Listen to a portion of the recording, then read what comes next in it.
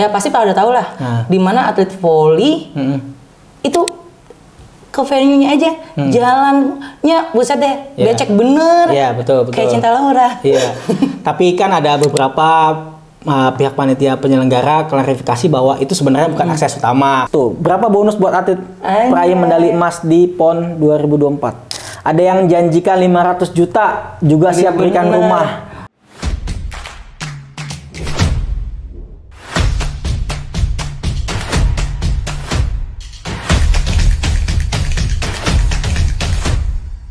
Guys, selamat datang di Rallycast. Guys, kali ini sebelumnya kalian udah tahu gua ngundang siapa. Nah, sebelumnya kan pernah gua undang nih di acara podcast. Tapi kali ini Kristal gua undang buat ngulas pekan olahraga terakbar di Indonesia, pekan olahraga nasional ke-21 di Sumatera Utara dan Aceh.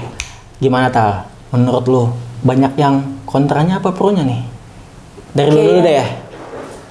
Kalau menurut gue nih ya bang, kemarin tuh yang kayak gue ngeliat ya seliwuran ya di X tuh, aplikasi X yang dulunya namanya Twitter. Oke. Nah habis itu sama di IG, ibarat kata banyak banget tuh yang kayak ngupdate story yang kayak berita jeleknya sih lebih. Gitu ya, kayak venue-venuenya yang tempat-tempat pertandingan mereka tuh, apalagi kan dari teman-teman tuh yang atlet tuh ya, yang pada yang temen juniornya mereka masih ikut tanding, yang mereka pada nge-share lagi tuh, yang IG story-nya itu loh, yang di-share tuh, kayak ya gue sebut aja dia namanya, yang dari temen gue yang anak voli lah, ya temen lu juga lah bang, ya pasti pada tahu lah, di mana atlet voli itu ke venue-nya aja, jalannya buset deh, becek bener, betul. Kayak Cinta Laura. Iya.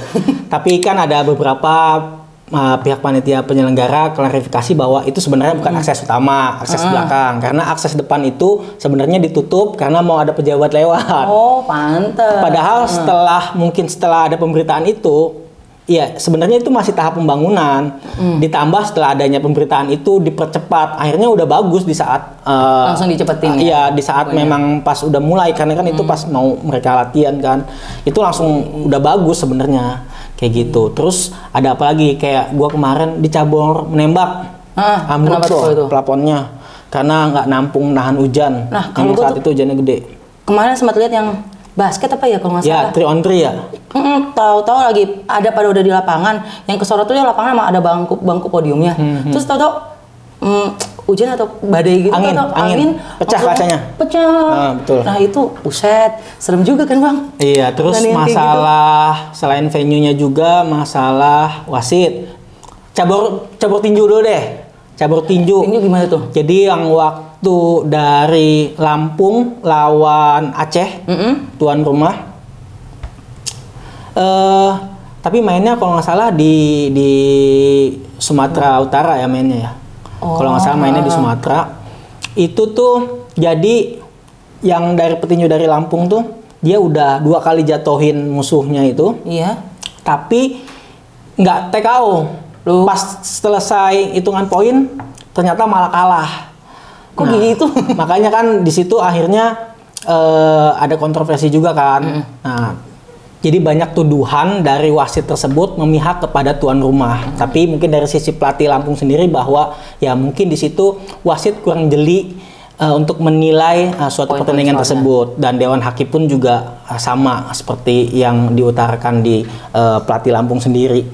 Nah terus padahal setelah itu kan semifinal itu di kuarter final. Padahal setelah itu petinju yang menang itu dari Aceh itu dia itu nggak bisa main di semifinal. Oh kenapa bang? Karena dia itu ada pendarahan, kalau nggak salah ya, ada pendarahan kepala, jadi nggak boleh lanjut. Nah makanya sebenarnya juga ya udah beberapa kali kena telak sebenarnya kayak gitu. Terus yang paling kontroversi apa? Sepak bola. Itu berkeliaran di mana-mana, media sosial. Betul. Bang. Sampai PSSI turun ya? Iya. Itu pemain sampai nonjok wasit. Itu udah pasti salah ya. Walaupun memang gue lihat nggak secara langsung ya, gue lihat tayangan ulang. Memang kalau secara garis besarnya saat itu memang ya kayak kelihatan banget wasit itu membela tuan rumah. Dari ada beberapa pelanggaran yang dilakukan oleh pemain Aceh nggak jadi pelanggaran. Terus juga ada beberapa yang ya mungkin pemain jadi terpancing emosinya beberapa kali fault, jadi enggak ya seolah-olah kayak memihak ke tim tuan rumah. Kayak mungkin kalau lu bisa lihat nanti tayangannya, ada harusnya tuh penalti itu udah fix banget lah. Kayak gua aja nih awam nih nggak begitu paham juga sepak bola, harusnya penalti tapi enggak. Itu kan di situ puncak kesalahannya. Itu pun ngeliatnya kayak kok bukannya itu penalti ya? Itu sampai wasitnya pingsan loh itu Tal. Ramai banget kan. Itu hampir chaos tapi juga itu kan. Pemainnya mewakilkan penonton ya, netizen ya ibarat kata mewakilkan banget itu Bang. Gue aja ngeliatnya walaupun gue nggak ngerti banget sama sepak bola, tapi emosi sih ngeliatnya kalau kayak gitu. Iyalah. Melampiaskan itu. Pak, ya gimana Tal, sekarang kan juga ya namanya kita kompetisi, itu olahraga 4 tahunan loh. Gimana coba? Kan rasa kompetisi kita tuh pengen menang itu kan pasti ada gitu loh. Gimana? Terakbar Bang. Makanya gimana caranya tuh kita 4 tahun nih gue udah mau persiapkan segala sesuatunya nih. Jadi dicurangin. Makanya aduh, sekarang ya mungkin bukan dicurangin tapi memihak ya kan sebelah kayak gitu. Iya, bayangin sekarang gimana mereka nggak kepengen menang Tal. Nih, ada beberapa artikel. Jadi bonus tuh, berapa bonus buat atlet peraih medali emas di PON 2024? Ada yang janjikan 500 juta, juga siap berikan rumah. Nah, jadi kan ini ajang multi 4 tahunan. Jadi kan mereka kan pengen banget nih dapat medali kan, suatu kehormatan selain prestasi, bonus-bonus yang tadi udah kita sempat lihat kan kayak gitu. Jadi ya ada beberapa juga kan usulan dari pemerintah tuh sebenarnya ya beberapa petinggi-petinggi lah kepengen tuh sebenarnya PON ini ada yang kepengen 2 tahun sekali. Kayak gitu, ada yang pengen kayak gitu karena di PON Sumut dan Aceh ini itu ada 65 cabur Tal. Sebelumnya itu di Riau itu kalau nggak salah 35 cabur. Kayak gitu. Jadi kepengen ada beberapa cabur yang mungkin non olimpik.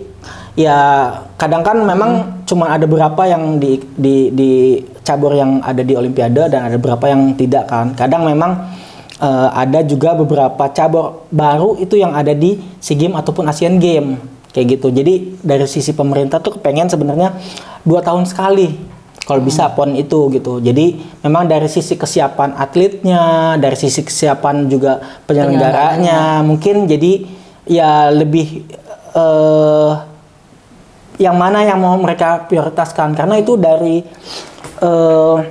biaya APBN sendiri itu gede loh Tal. Itu gede lah Bang. Iya. Soalnya kan bikin gedung-gedung olahraga itu kalau nggak salah banyak 3,9 T, hampir 4 triliun dari pemerintah pusat. Nah, kenapa dari pemerintah ataupun petinggi-petinggi yang ada di dinas olahraga ataupun pemerintahan, jadi kayak supaya venue-nya sendiri itu bisa di-maintain dengan bagus. Jadi banyak event. Jadi itu sayang. Jadi ada beberapa provinsi itu yang bekas penyelenggaraan PON setelah itu terbengkalai gitu. Bahkan ada usul kayak gini Tal. Bahkan ada usul masalah kemarin kita balik lagi ke pro dan kontra sedikit masalah catering juga itu jadi kendala. Nah, itu juga dari beberapa pihak penyelenggara banyak masukan mengenai masalah karena ada beberapa tiap cabur tuh kepengen itu jangan dibedakan dengan cabur-cabur yang lain karena kan udah beda tuh asupannya. Bukan dianaktirikan, tapi sebenarnya sama semua Tal. Tapi kan ada beberapa cabur yang tidak membutuhkan dengan menu tersebut. Jadi kepengen nanti apakah nanti dikembalikan ke tiap kontingen ataukah memang nanti dari pihak penyelenggara mengusulkan bahwa untuk cabur ini ada request dengan menu-menu tertentu kayak gitu. Nah, kan kita dari tadi udah bahasin pro dan kontrak lah, nah itu sama cabang tinju, terus habis itu sama sepak bola, terus sampai venue-nya lah. Nah, kita nih balik lagi Bang, kalau cabang olahraga bulu tangkis gimana di PON ini nih? Nah, kebetulan kan baru ini kan hari terakhir nih Tal, sebenarnya hari terakhir penutupan nih. Nah, kemarin itu kalau nggak salah kemarin lusa itu cabur bulu tangkis itu 5 medali emas dari Jawa Tengah. Semua nomor diambil dari bergu, tunggal putra, tunggal putri, ganda putra, ganda putri. Gokil, Jawa Tengah. Benar-benar Keren banget Bang. Iya. Terus kalau nggak salah finalnya yang tunggal putra sesama Jateng ya Bang? Iya Tal. Jadi ada pemain dari Jawa Tengah namanya Richie Duta Ricardo yang kemarin juara. Nah dia tuh final ngalahin Muhammad Zaki Ubadillah. Nah padahal Muhammad Zaki Ubadillah itu habis juara Indonesia Master kemarin tuh. Nah terus juga memang sih di PON ini khususnya cabur olahraga bulu tangkis itu ada batas usianya umur 21 tahun. Nah terus juga pemain pelatnas nggak boleh karena memang PON ini untuk cabur bulu tangkis dikhususkan untuk pembibitan. Jadi untuk level jenjang ke atas lagi nantinya. Buat pencarian pembibitan lah ya. Iya seperti atlet itu. Baru untuk Indonesia. Iya betul. Nah ngomongin PON bulu tangkis tahun ini. Nah seingat gue tuh ya dulu kayaknya lu juga main kan Bang? PON 2 kali ya? Iya gue juga lupa tahunnya sebenarnya Tal.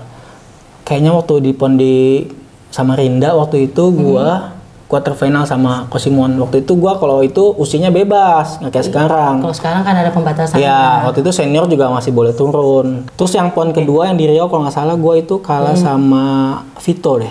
Oh, gua lupa saya udah lama juga. Cesar ya? Iya, Cesar itu.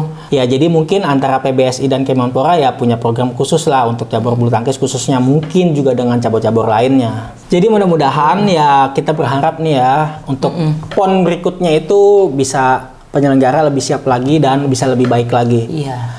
Karena kalau dari sisi gue sebenarnya gini sih Tal. Ya dari pihak penyelenggara juga beberapa gue lihat di media sebenarnya banyak yang suksesnya, banyak yang baiknya. Cuman karena mungkin ada saat media namanya juga 1-2 yang benar-benar kontroversi, jadi benar-benar buruknya aja benar-benar di up banget kan kayak gitu. Jadi kayak hotel ada yang di setara bintang 4, bintang 3. Ada juga dari sisi cateringnya juga mereka sebut juga semua oke. Venue-nya ada yang beberapa standar internasional, ada yang seperti itu. Jadi memang dari pihak penyelenggara pun juga ya kadang-kadang media yang membesar-besarkan juga sih seperti itu. Kita sih juga apresiasi sih, maksudnya kayak ya dulu gue juga waktu ikut PON itu ada beberapa daerah yang tadinya kayak di Palembang tuh gue lihat juga masih rawa banget, akhirnya jadi infrastrukturnya jadi maju, jadi berkembang, jadi kayak semacam kota sendiri, jadi sport center semuanya, jadi lebih bagus lagi kayak gitu. Yang tadinya nggak punya gedung olahraga, betul. Tapi efeknya tuh ada yang buat sekitarnya juga. Iya, jadi kayak dampak UMKM-nya atau pengusaha setempat. Besar. Terus antusias warganya kan juga. Jadi kan semakin meriah kan semakin semarak gitu loh. Namanya juga pesta olahraga terakbar di Indonesia. Harapan lu lagi apa? Kalau buat gue ya Bang ya kayak kan karena kontroversinya itu yang paling pro kontraknya itu ibarat kata yang wasit.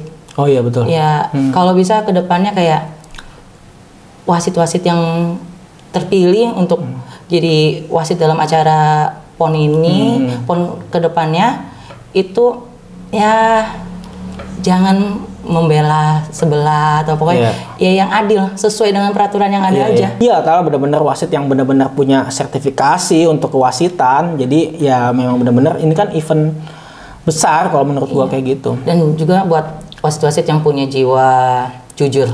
Betul juga. Jangan mau sampai nggak adil lagi.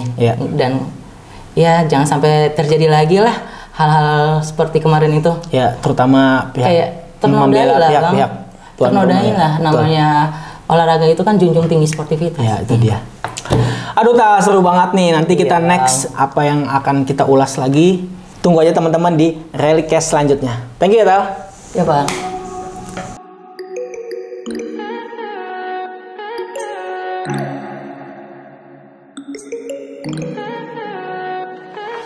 Stay high for the most of time.